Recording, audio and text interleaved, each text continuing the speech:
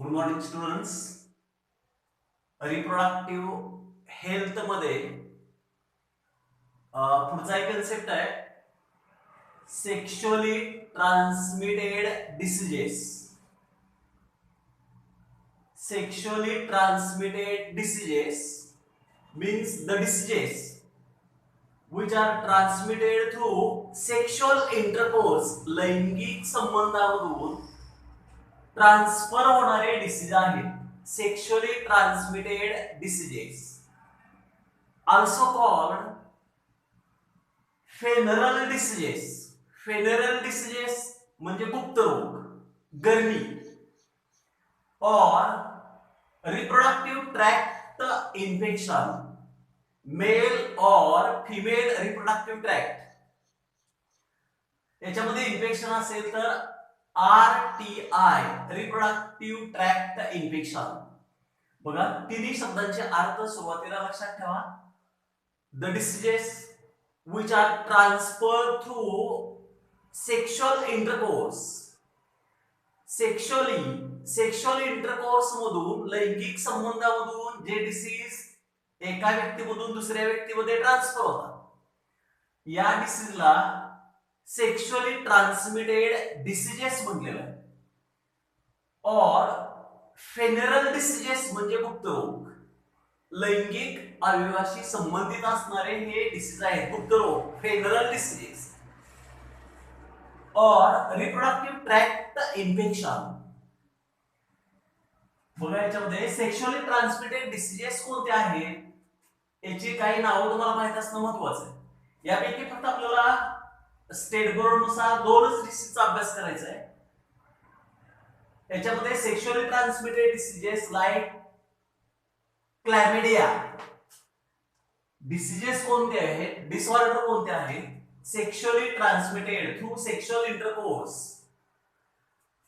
क्लॅमिडिया, genital warts, gonorrhoea, herpes म्हणजे नागिन, हर्पेज, HIV cause AIDS आणि सिफिलस और सायफिलस. यापैकी आपल्याला टेक्स्टबुक नुसार दोन डिसीजचा अभ्यास करायचा आहे, एक सायफिलस अँड गोनोरिया. पण जर समजा तुम्हाला प्रश्न विचारला give the names of sexually transmitted diseases, ही नावं लक्षात ठेवायची. Chlamydia, genital warts, gonorrhoea, herpes, HIV cause AIDS and syphilis. HIV, herpes, gonorrhoea, genital wart and chlamydia. यापैकी आज आपण आजच्या तासाला सिफिलस हा गुप्त रोग आहे, गरमी म्हणतात syphilis. Sexually transmitted diseases, the diseases which are transferred through sexual intercourse called sexually transmitted diseases or venereal diseases or reproductive tract infection. Syphilis मध्ये causative agent. Syphilis caused by bacterial disorder आहे, bacterial disease आहे. कोणत्या बॅक्टेरियामुळे हा disease होतो? Positive agent महत्वाचा एक point लक्षात ठेवा. Positive agent syphilis caused by bacterium Treponema pallidum. नाव लक्षात राहील का बघा, Treponema pallidum positive agent. Syphilis caused by bacterial infection of genital organs, that is causative agent Treponema pallidum. हा ट्रिपोनेमा पॅलिडमचा इन्क्युबेशन पिरियड किती असेल? इन्क्युबेशन पिरियड म्हणजेच काय? That shows negative test. म्हणजे आपण जर समजा मराठीमध्ये एक्झाम्पल सांगायचं म्हटलं तर कोंबडीच्या घरी आपण अंडी ठेवतो, ते अंडी उबवायला काही वेळ जातो आणि त्यानंतर त्यामधून पिल्लं तयार होतात, कोंबडीच्या अंड्यामधून पिल्लं तयार होतात. हा जो कालावधी आहे, तसं डिसीज सिम्पटम्स तयार होण्याचा कालावधी, incubation periods varies from 3 to 4 weeks. Infection झाल्यानंतर ट्रिपोनेमा पॅलिडियमचा इन्क्युबेशन पिरियड किती आहे? 3 to 4 weeks. Infection site, Treponema pallidum may be infected on mucous membrane in genital sex organ. Genital organ means sex organ. Genital organs, genital, rectal म्हणजेच काय, गुदद्वार. Large intestine, small intestine, त्यानंतर rectum आणि एनस, rectal as well as oral region. इथपर्यंत 3 concept लक्षात ठेवा. सिफिलस मध्ये क्वाझिटिव्ह agent Treponema पॅलिडम. Incubation period 3 to 4 weeks. Infection site mostly infected on mucous membrane. External or internal lining in genital organ means sex organ like penis, urethra, vagina, cervix, genital, rectal and oral region. याचे symptoms कोणते असतील बघा, लक्षणे कोणते आहेत. हा disease झाल्यानंतर सिफिलस मध्ये सुरुवातीला काय होतं बघा, सिम्पटम्स कमी कमी 3-4 पॉइंट लक्षात ठेवा. Primary lesion called chancre. हा शब्द महत्वाचा आहे. कॅन्क्री म्हणजे सुरुवातीला काही स्पॉट टिपके उठले जातात, चट्टे उठले जातात. पेनलेस, पण ते वेदना होत नाहीत, वेदना नसतात. At the site of infection, जिथं इन्फेक्शन झालेलं आहे त्या ठिकाणी बघा सिम्पटम्स कोणता आहे. Primary lesions called chancre at the site of infection, जिथं इन्फेक्शन झालं असेल इन्फेक्टेड रिजनला प्रायमरी लिसन्स. आणि त्यानंतर या प्रायमरी लिसन पासून पुढं अनेक कॅन्क्री तयार होतात. प्रायमरी लिसन सुरुवातीला चट्टा उठला जातो, कॅन्क्री स्पॉट पुरळ सारखे. Primary lesions called cancri at the site of infection. Second, cancri is formed out external genitalia. External genitalia, external sex organ. External genitalia म्हणजेच काय, मेल मध्ये पेनिस एंड स्क्रोटम, फिमेल मध्ये vulva, labia majora, labia मायनोरा.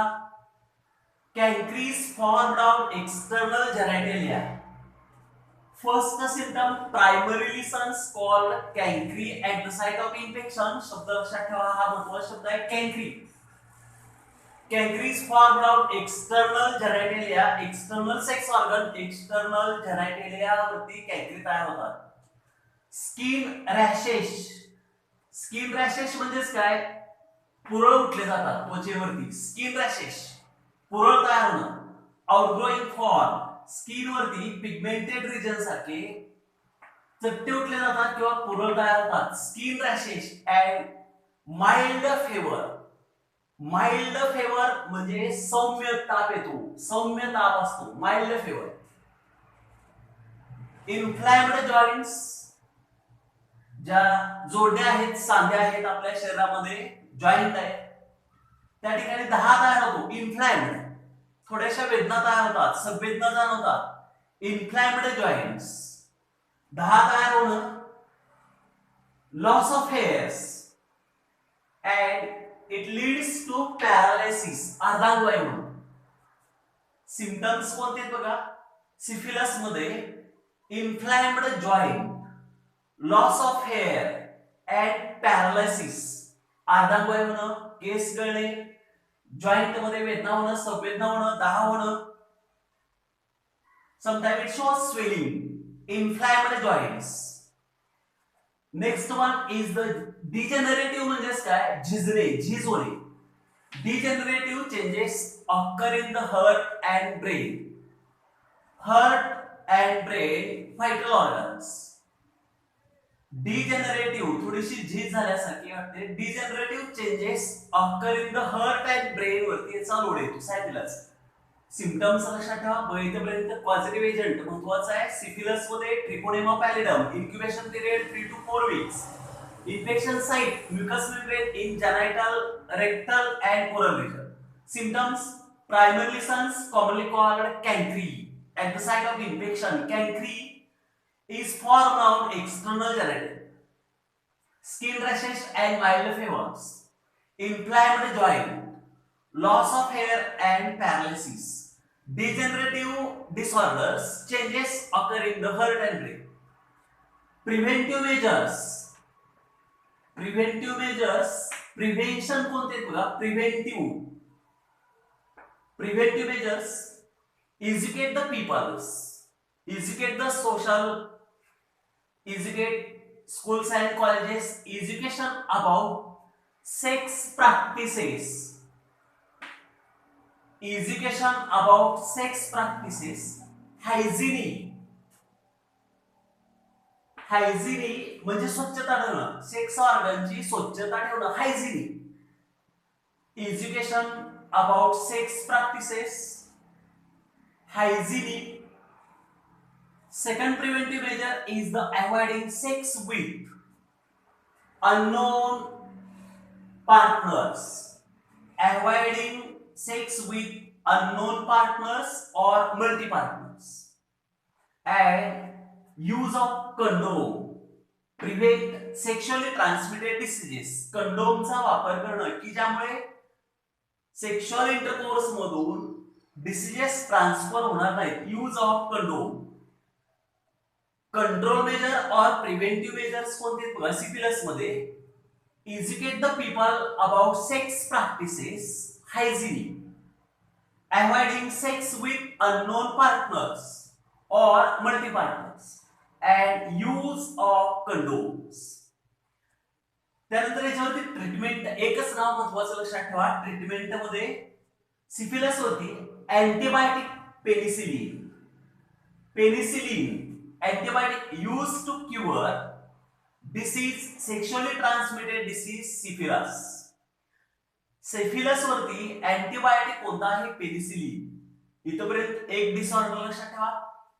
Through sexual intercourse, लैंगिक संबंधामधून जे disease होतात त्यांना sexually transmitted diseases. हे लैंगिक अवयवासंबंधीचे असणारे डिसीजेस आहेत, गुप्तरोग आहेत, फेनरल डिसीजेस, गुप्तरोग असते. And mainly cause infection in reproductive tract, hence called RTI.